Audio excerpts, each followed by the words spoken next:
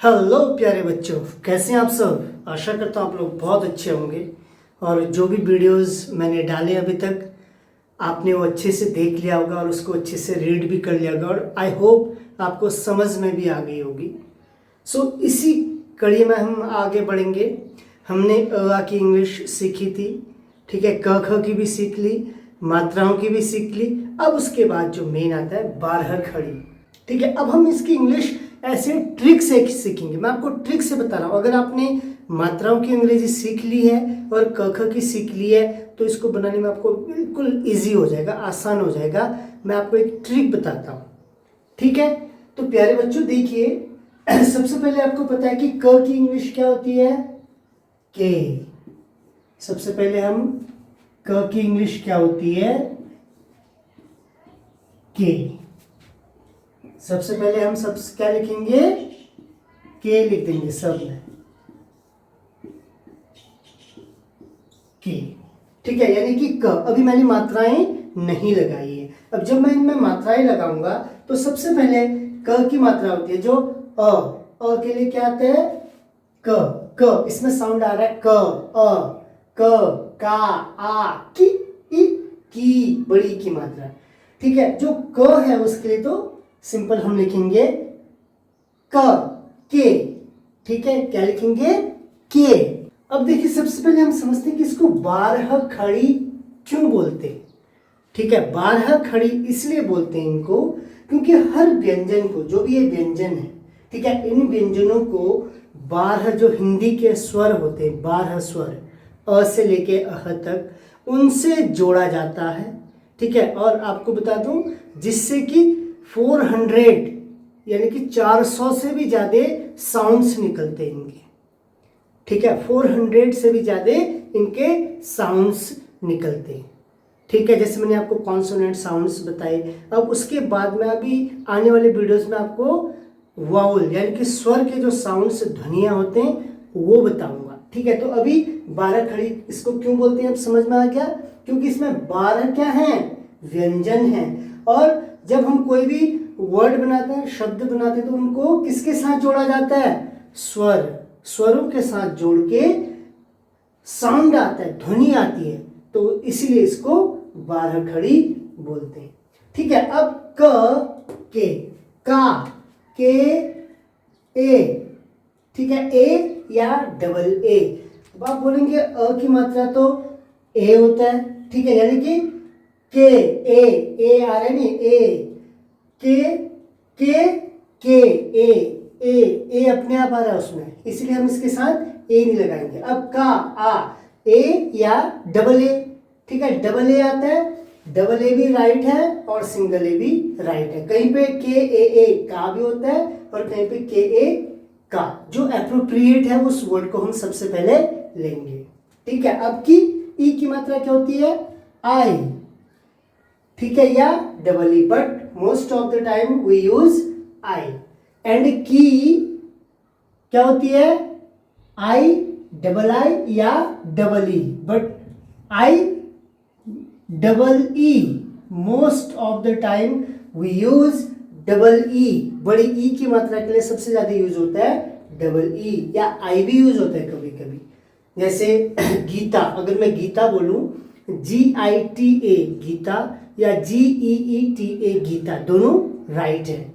जबकि हम उसको हिंदी में कैसे लिखते हैं, ये गीता, तो इसके लिए या तो GITA ये भी सही है और GEETA गीता, ये दोनों स्पेलिंग सही है गीता के लिए, ठीक है। अब के, क में छोटी ऊ की मात्रा लगी है, तो आपको पता है यू, के यू कु, के ओ कु।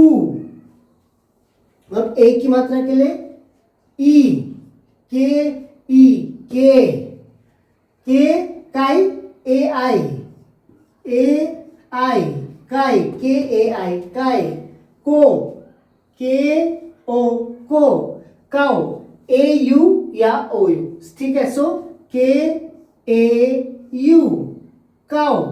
कंग, के ए एन, कंग, के ए एच कह।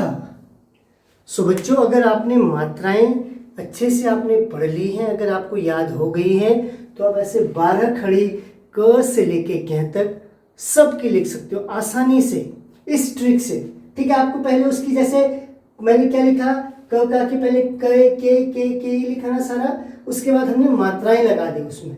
ठीक है, इसका मैंने आपको बता दिया, क्योंकि के ए आ रहा है ना, ए ऑटोमेटिकली उसमें आ जा रहा है के का आ, यानी कि ए या डबल ए दोनों आप लगा सकते हैं उसमें, दोनों राइट है।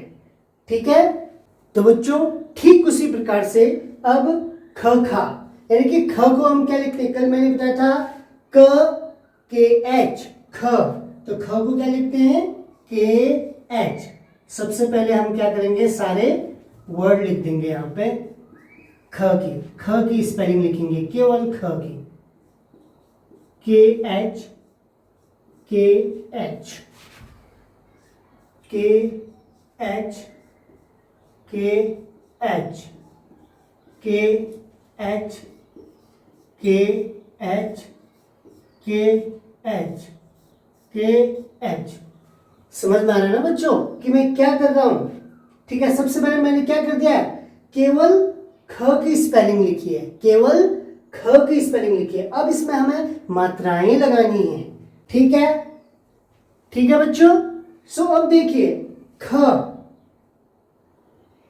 के एच ख ए, जैसे के में ए नहीं लगा वैसे के एच ख, के एच ए या डबल ए खा, खी के एच आई खी, के एच ई ई खी, खू के एच यू खू, के एच ओ खू, के एच ई ए की मात्रा ई, के एच ए आई खाई, खो के एच ओ खो खाओ, के एच ए यू या कभी कभी ओ यू, खंग के एच ए एन खंग खह, के एच ए एच।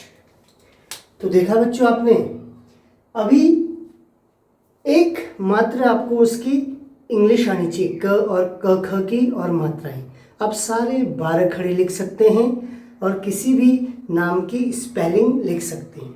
ये मेन आपको इसलिए सिखा रहा हूँ ताकि आप लिख सकें, क्योंकि बहुत बार ऐसा होता है ना बेटा हमारे साथ कि हम अपना नाम नहीं लिख पाते हैं या अपने फैमिली मेम्बर्स का नाम लिखना नहीं आता है हमें।